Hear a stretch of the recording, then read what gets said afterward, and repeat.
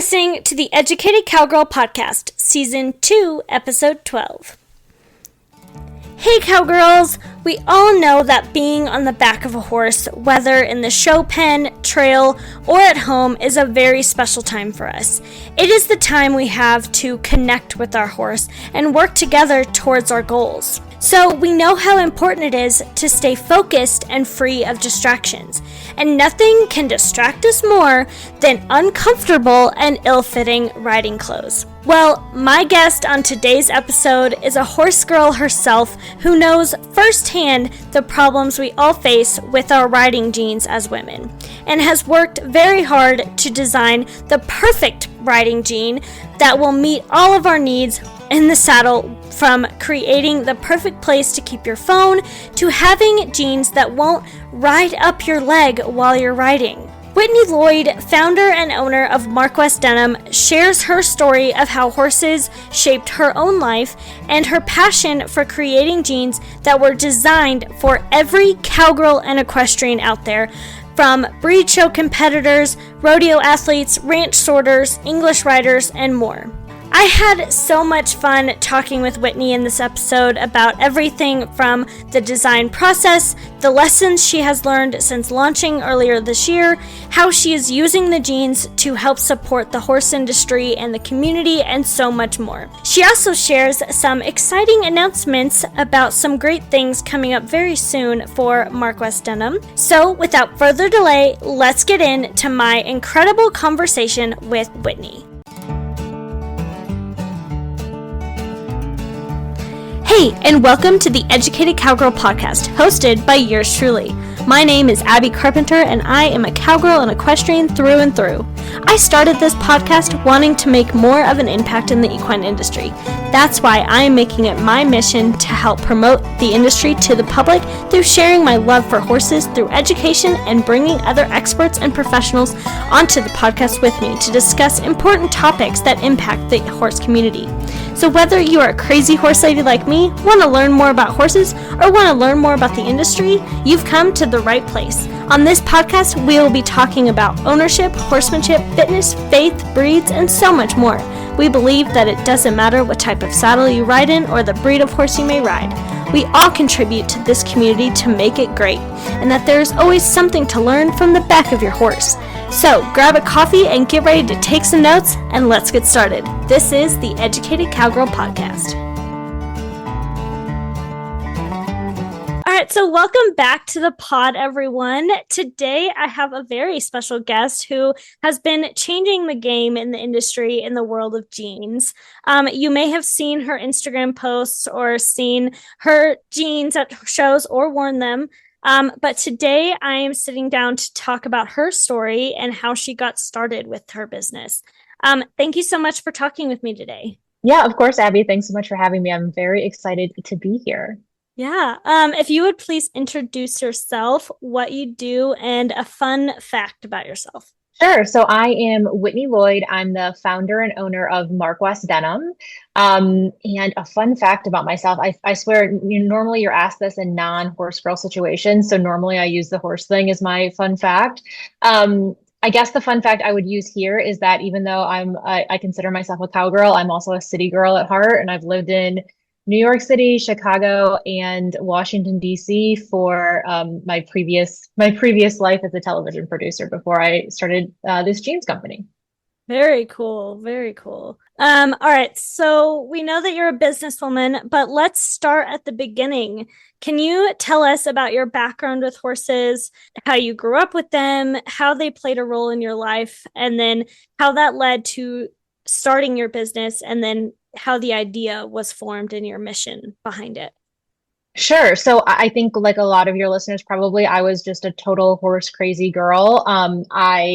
The first pony I ever sat on was a crazy half-broke pony named Daisy that my grandpa kept on his farm for me and my cousins. And then I used to love those pony rides at the county fair where the horses kind of like plod around in a circle and they put the kids up on them.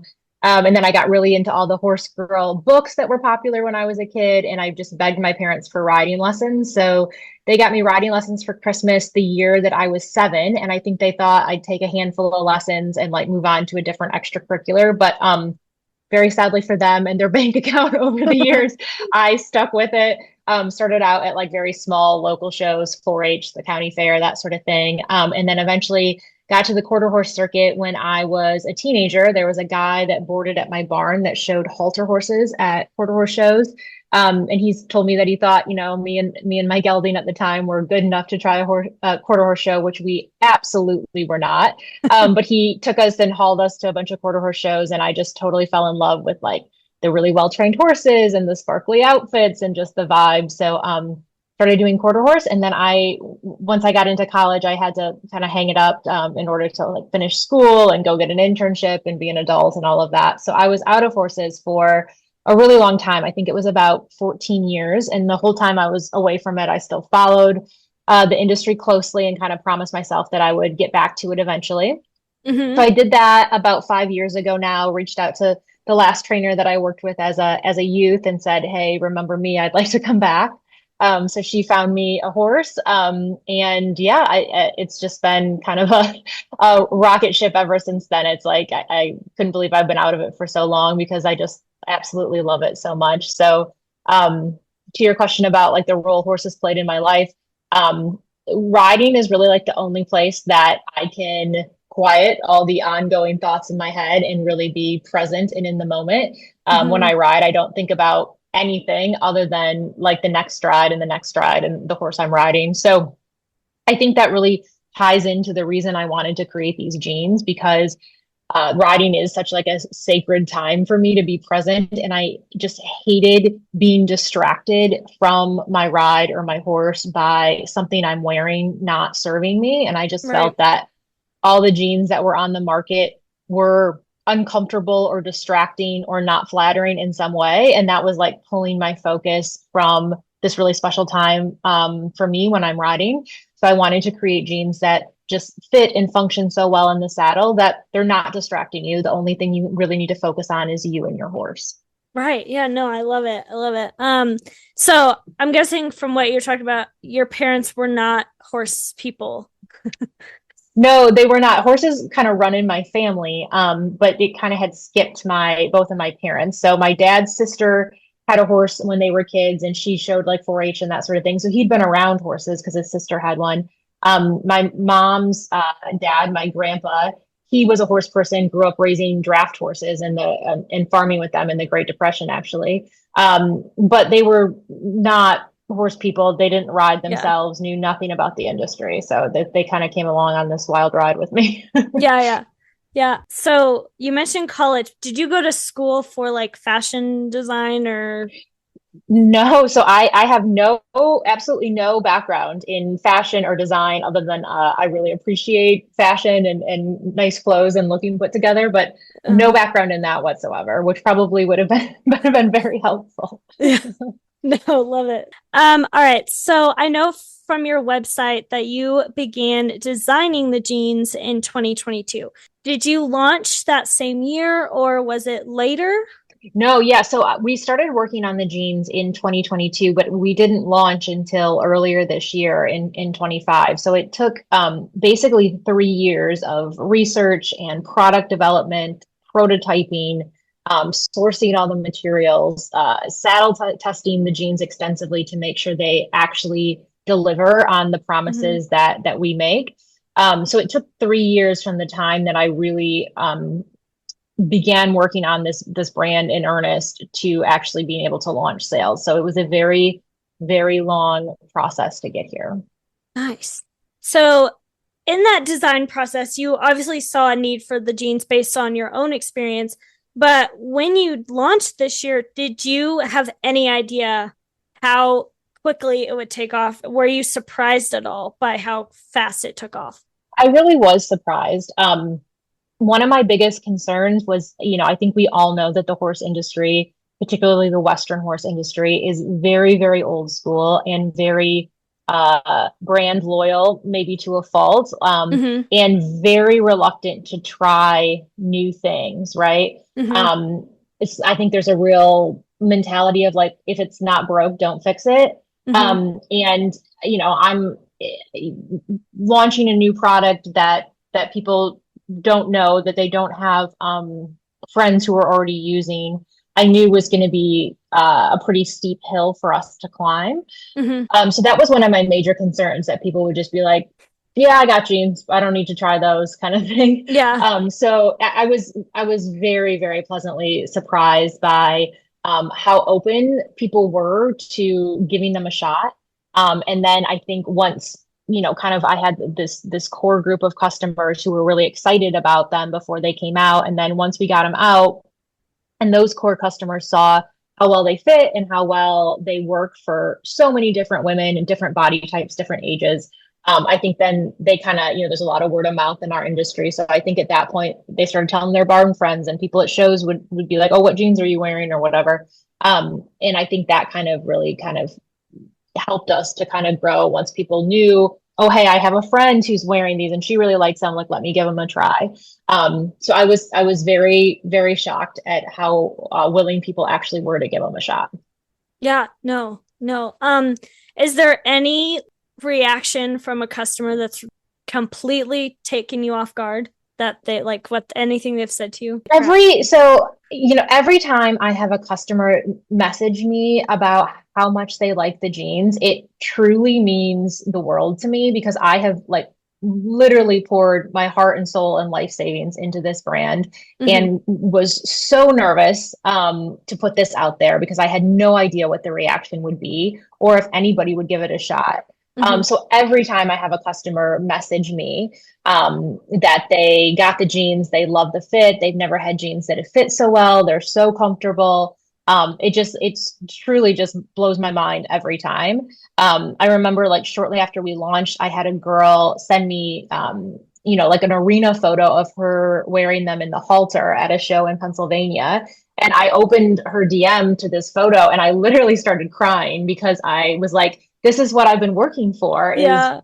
so like there's a girl I don't personally know at a horse show I'm not at, choosing to wear my jeans in the show pen, and it just like meant everything to me. So Oh yeah. so yeah, every message just like truly is just mind blowing, that like they're out of my head, they're into the world, they're in the show pen, they're in people's Yeah. barns.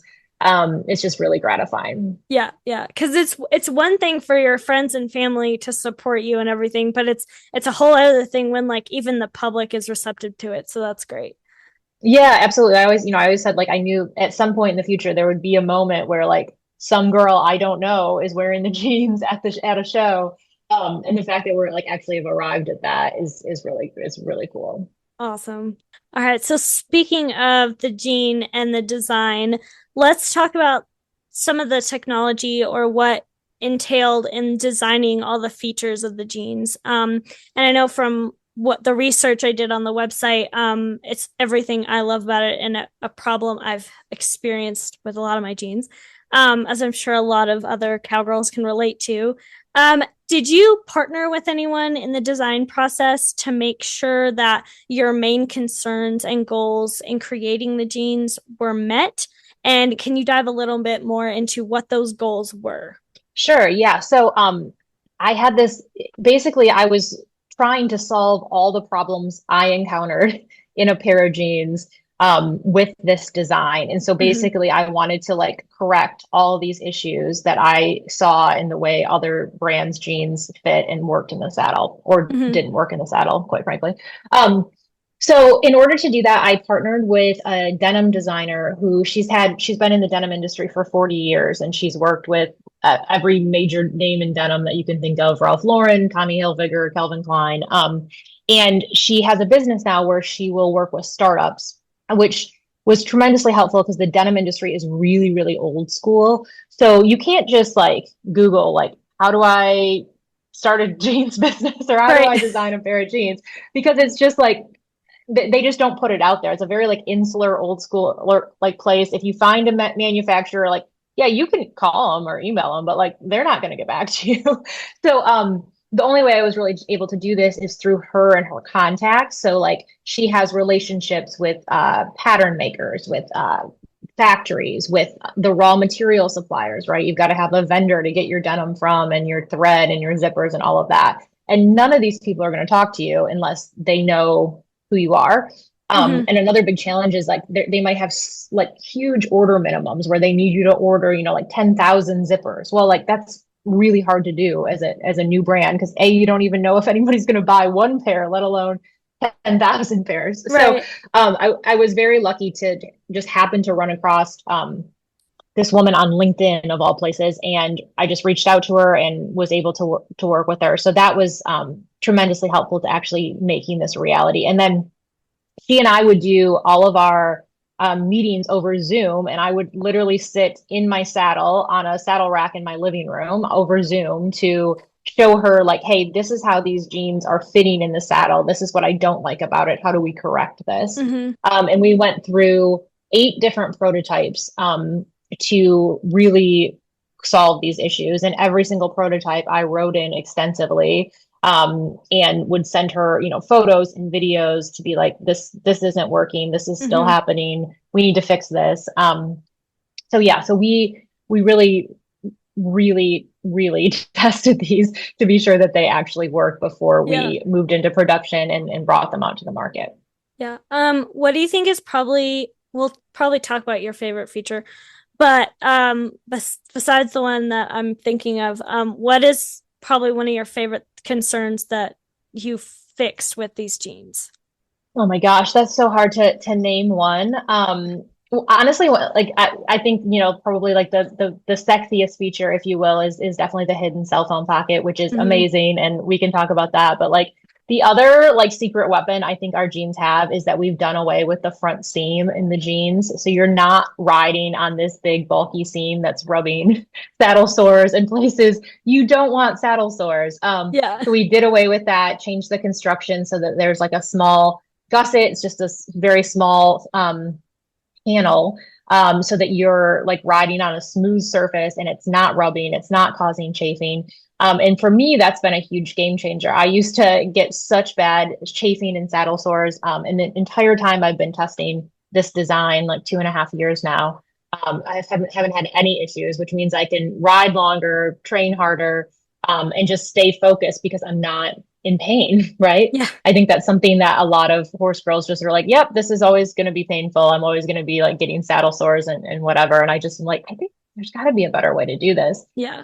So I'm really proud of that feature, and I feel that it's super super functional in the saddle, and that's the feedback that I've gotten from my customers on that.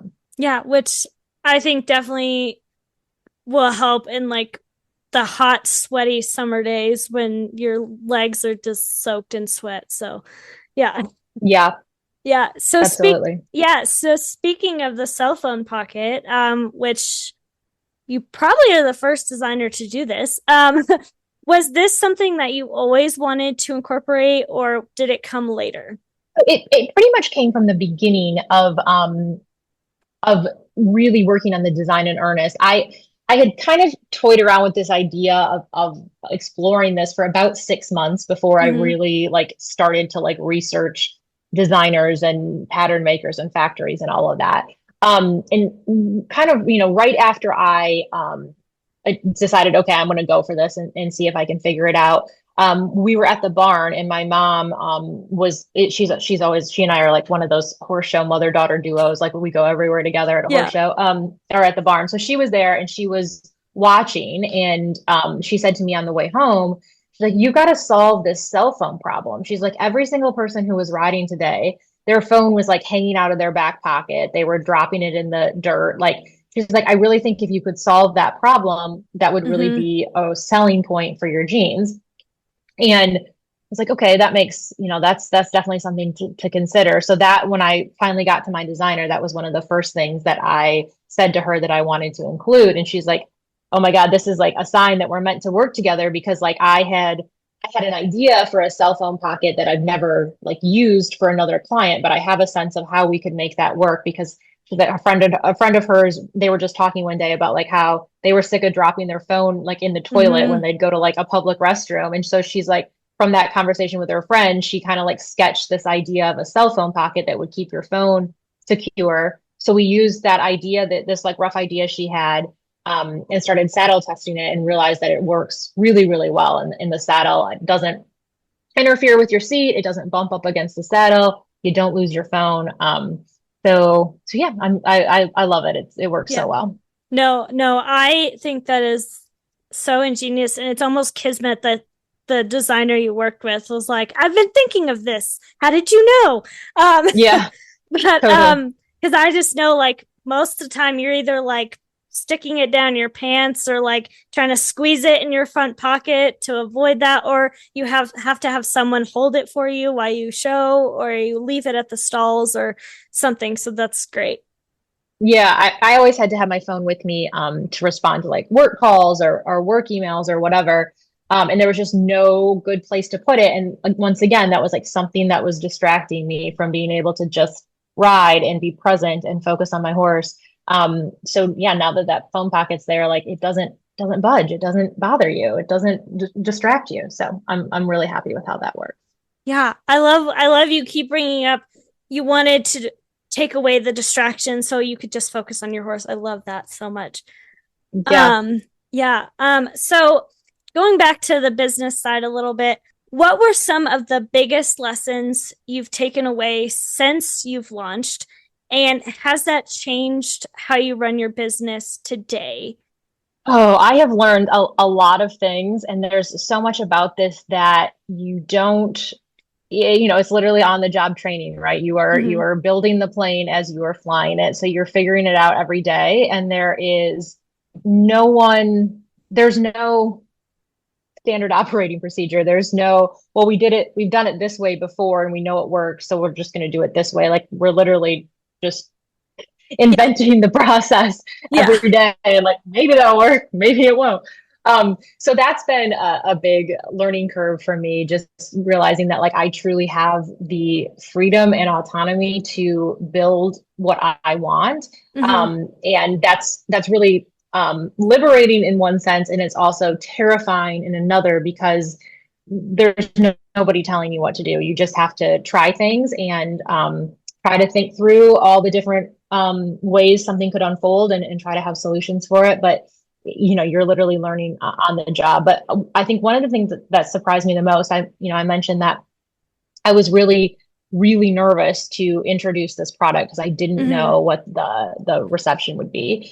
And I think something I have learned is that, if you have an idea or something that you feel strongly about, Mm-hmm. like putting yourself out there will come back to you, tenfold, a hundredfold. It's very scary, and it feels you making yourself like very vulnerable with this idea that's so important to you. Right. Um, is terrifying. But if Mm-hmm. you do it, people do respond to it, even if you're doing something that's different than the rest of the industry, or it's different than how other businesses might market themselves or whatever. Mm-hmm.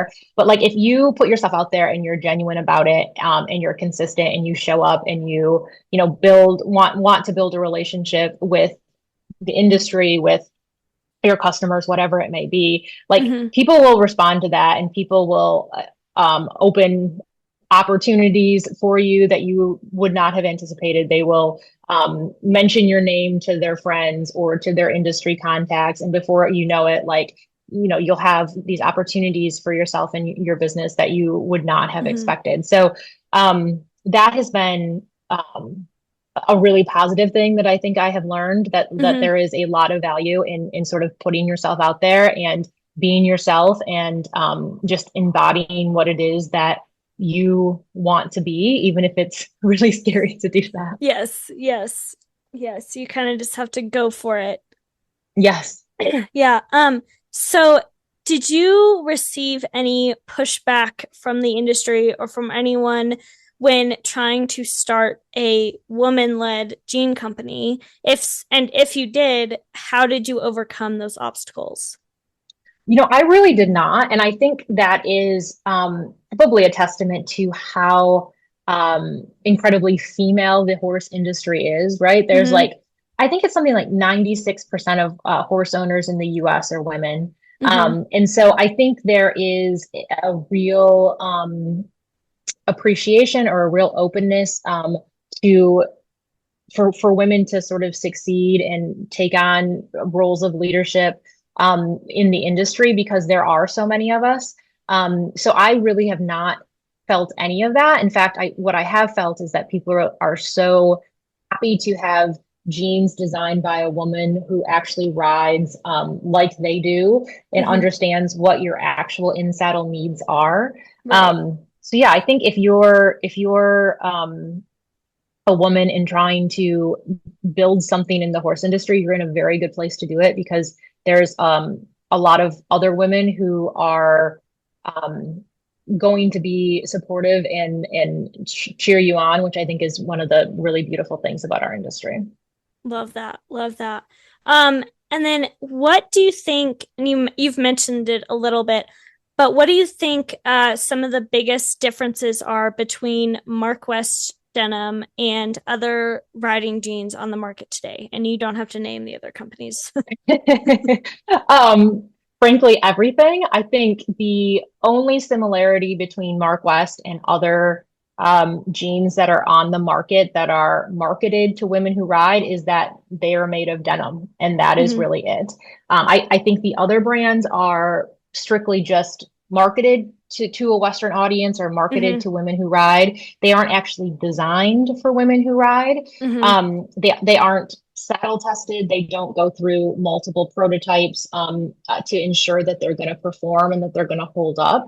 So that's kind of for starters. And then obviously we have all these design features that you can't find anywhere else. We have the hidden cell phone pocket, Right. our, no gap waist, no bunch hips, our legs that don't twist or ride up. We have our comfort ride gusset that keeps you from getting saddle sores. I don't know if I said the hidden cell phone pocket, but the hidden cell Yeah. phone pocket. So there's just so many features that you Hmm. cannot find in any of our competitors. So Right. I think they're totally unlike anything else on the market. And the fit is also unlike anything else on the market. One of my customers said to me, she's like, they're like the sisterhood of the traveling pants because they just seem to fit and flatter nearly every Everybody. woman who puts them on. Yes. Yes. And I love the photo you have on the website on the store page is every size of woman. So that's great. Yes. Yeah, we did a photo shoot before we launched with a bunch of girls who show on the quarter horse circuit here in the Midwest, and we had everybody from a size 2 through a size 18 in the jeans, and it was just really cool to see how well they fit everyone. Nice. That's great. So, as we just mentioned, a good pair of jeans can give women the confidence they need in the saddle and out of the saddle. But something else great that your jeans are doing is with inclusivity, not just with women of all sizes, but for the community and for the horse industry. Can you tell us about some of your favorite ways your jeans have been seen in the horse world and the feedback you've gotten from supporting teams and cowgirls of all disciplines? Yeah, so I mean, I always say that like if you ride in a Western saddle, I do not care what discipline you ride, you need to ride in these jeans and experience the difference. And I want you to be like a Mark West customer for life. Yeah. Um, so yeah, so we've had obviously I come from the quarter horse world, the all around breed show world, and so that's kind of like where I kind of started targeting these jeans, just because I know that world, I know people in it, and it's kind of like Mm-hmm. the natural place to start. Mm-hmm. But it's been really cool to see like women who ride like more on the ranch side of things, wearing the jeans. One of my customers won a world championship in the ranch classes at the Paint World this summer while she had the jeans on, which was really cool. Mm-hmm. We're sponsoring the Miami University equestrian team this fall. And we're really trying to get the word out to women of all Western disciplines that these Mm-hmm. jeans are built for them. They're built to function in a Western saddle. And that's really a big goal for us is that, yeah, if you ride in a Western saddle, I want Mark West to be the jean of Yeah. choice for all women who ride Western. Yeah. Um, have you had any customers reach out to you that ride English?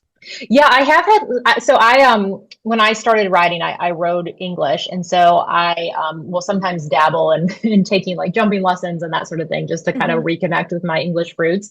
So I have a lot of friends in the industry who are English girls, and I have some that have bought the jeans, and they're like, oh my God, you need to like make a denim breech that's based off of this design, which I would love to do in the future for sure. That'd be great. All right. So I think a big part of community support as well in the industry can be found through sportsmanship. As someone who has grown up showing horses and is very involved in the industry, have you seen any changes in how competitors support one another in the show pen over the years, whether from your own show experience or from working with these equestrian teams? That's a great question. And sportsmanship is something that is so essential for our industry and for like the image of our industry to the outside world. And it's something that I think horse girls are uniquely good at for some reason, more so than in other sports, I think. And I think part of it is the idea that like you are doing this sport with, a 1,500-pound animal, and you're going to have good days and you're going to have bad days. And you can only control, how you show up. You can show up and ride perfectly, and your horse can decide to, spook at a dog walking past the arena, and your day's done. So I think horse girls, kind of learned that like not every day is going to be your day. Right. And I think that kind of, fosters this like inherent level of sportsmanship that like, you're going to have a good day, and then you're going to have a bad day, and your friend's going to have a good day. But like, you're all in this because you love horses, you love riding, you love the sport, you love the atmosphere at the shows. So I always find that I think there is a very high level of sportsmanship and enthusiasm for your fellow competitor when they have a good day, because you know how hard it is to get there, and you know how sort of luck of the draw it can be. It can be anybody's day on any given day. So I think, there's a high level of like enthusiasm and support for your fellow horse girl, which is certainly something I've seen with the jeans. The support I've gotten from the horse girl community has been really, really overwhelming. And I think it's that like sportsmanship that we've all learned in the arena that has kind of extended toward people just being really incredibly supportive and kind to me. So I think the state of sportsmanship in our industry is very good. And that's wonderful, because it can be very, very hard when you had very high hopes for your day and it goes poorly.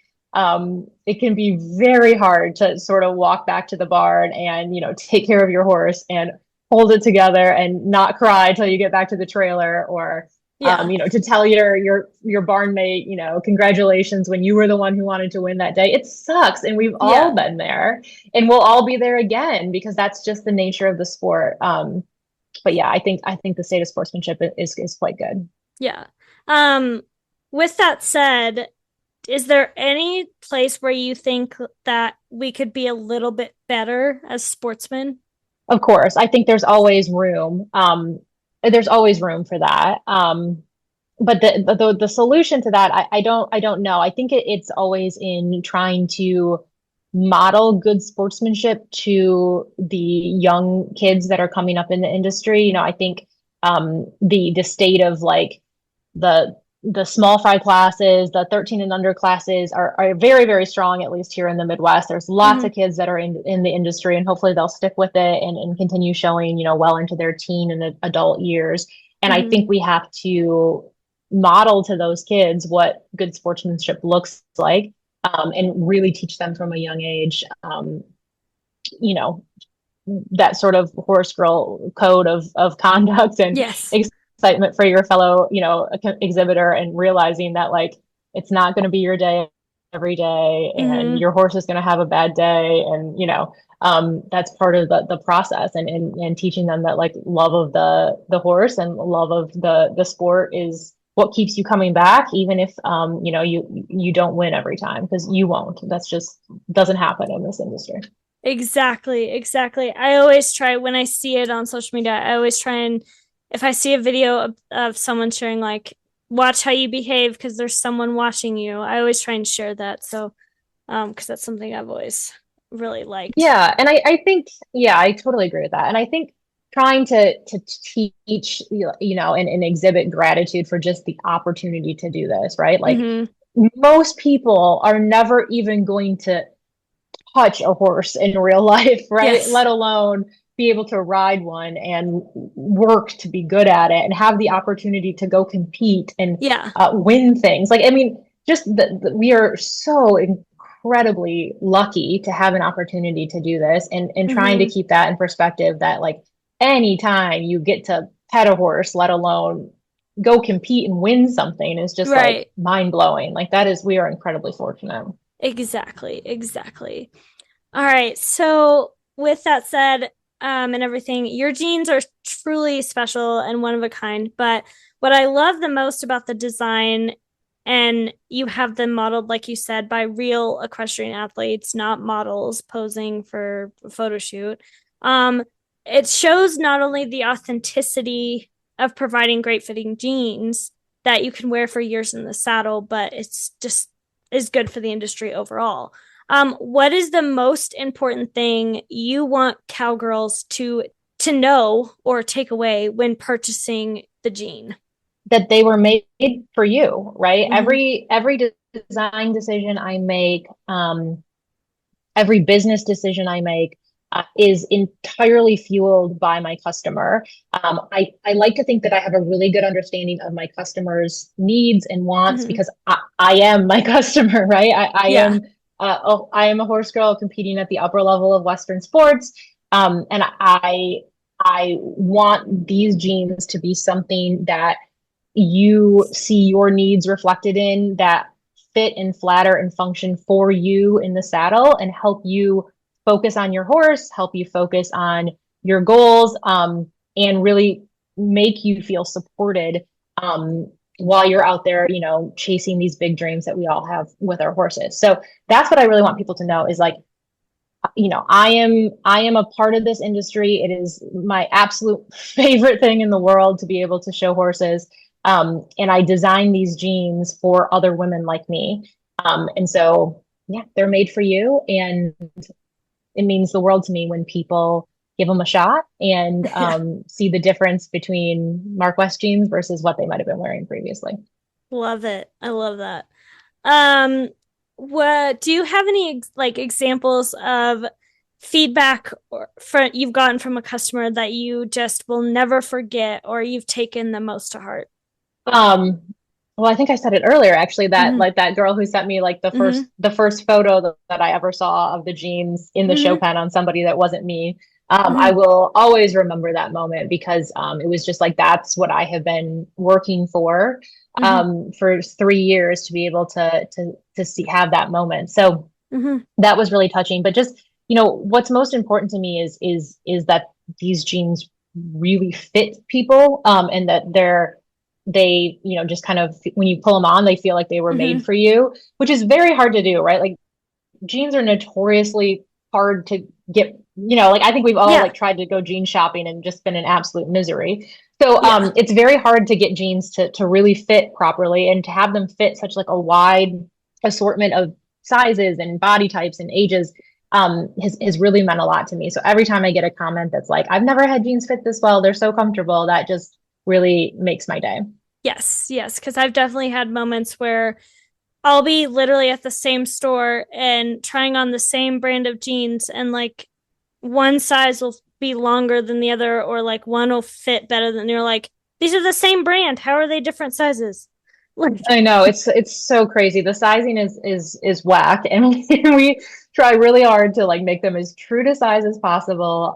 We do extensive quality checks, like it's me measuring yeah. each pair to make sure that they came in according to like the specifications on the pattern. So, I really do stand behind the product, and Mm-hmm.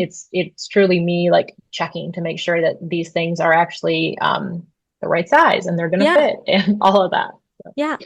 Where do you see MarkWest Denim 5 years from now?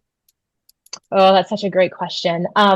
So I want to be like the jean of choice, for women who compete in Western sports. Like, I just want it to be like, no question. Like my whole, every pair of jeans I ride in is Mark West. That's kind of the goal for me. But so, like someday I would love to, have other products other than jeans. I'd love to Mm-hmm. have like storefronts, like all of that. So we'll see where this goes. But like the main goal for me right now is like really becoming the jean of choice Yeah. for Western equestrian athletes. Nice. Nice. All right. So before we get into the rapid fire questions, in your own definition, what is an educated cowgirl? I think the defining characteristic of an educated cowgirl for me is curiosity, right? Curiosity about the industry, about horses, about the sport, and about like the wider world and the things that are going on outside of the horse world that Mm-hmm. affect the industry. So I think if you're a naturally curious person, you're gonna seek out information and you're going to educate yourself. I love that. Love that answer. All right. So let's get into some fun rapid fire I'm questions. nervous about this. I feel unprepared. All right. So since it's September, do you have a favorite fall activity? And if so, what is it? I mean, this is like, I'm a horse girl from the Midwest. So my favorite fall activity is the All-American Quarter Horse Congress here in Ohio, the month of October. I don't care, like, it's my favorite horse show, but it's also like my favorite event of the year. I Mm-hmm. look forward to it all year long. I like start planning my outfits in August. It's just like horse girl Disneyland, and I absolutely live for it. So that's my favorite fall activity. Love it. What is your biggest horse ick? Biggest horse ick. Oh God, that's a hard one. There's so many. Mm-hmm. This is not very rapid fire because I'm lingering. You're good. Um, like I guess maybe this is more of like a rider ick, but it's Uh-huh. like when people just like jerk and jerk and jerk and jerk every single stride, that just like sends me over the Yeah. edge, and I don't know. Like I see a lot of horses that like tolerate that, but I don't know how they do that. Yeah. No, I've seen it too. And I'm like, he's not doing anything. Stop. So yeah, no, Yeah. I definitely have had that issue before. All right. So if Hollywood was to make a movie about your life, who's playing you? God. Um, I don't like, can I say like a young Michelle Pfeiffer? I love Michelle Pfeiffer, but I feel like now she's like maybe a little bit too old because I but I see love that. her, so maybe her. I could see that. I could see that. Um, what is a piece of advice someone has ever given you, whether in life or business, that you will never forget? I have a couple from former bosses in a much different industry, but I think the one I would say here is smoke them if you've got them, which I've always taken to mean like use what you have at your disposal, right? Like you can't. Another one of my good work friends always says you can't sell what you don't got. So like you have to know what your strengths are and you have to maximize those and use the resources that you have at your disposal to make things happen. That's great. That's great. This has been so much fun, Whitney. Thank you again for reaching out and wanting to share your story with me and my audience. What is coming up next for you and MarkWest? So we have a really exciting fall. We haven't announced it yet, but we will have by the time this podcast comes out. So we're actually going to be the official jeans of the Quarter Horse Congress Queen this fall. So we're outfitting all of the Queen candidates at the Quarter Horse Congress, which is super exciting. I was never queen material growing up, but a good friend of mine was a queen from our state association, and I like went and did all the Congress events with her and stuff. So I have very fond memories of like the whole queen experience, and I'm Mm-hmm. really honored that we were asked to be the official jean. So that's really cool. And we will also be at the Congress. We won't have our own booth this year, but we're doing some pop-up events with another retailer. Glamorous Threads is the retailer that's hosting us. So we'll be doing 4 different pop-up dates at her location at the Congress, which is super exciting. And then we're working on getting our second batch of jeans made right now. We're nearly sold out. We just have like a handful of pairs left from the first batch. So the factory's hard at work on our second batch now. And at the Congress, we'll have a full size set so people can try on and make sure they fit and confirm their sizing. And then they'll be able to pre-order with us from that second batch so that you'll know you'll get your pair that your size won't sell out on you, like it did for so many people this summer when I launched the first batch. So we'll be hopefully delivering that second batch around the holidays. So really big fall for us, and we're really excited. Love that. And then where can people find out more about you and the True Blue Jean? So obviously on our website, markwestdenim.com.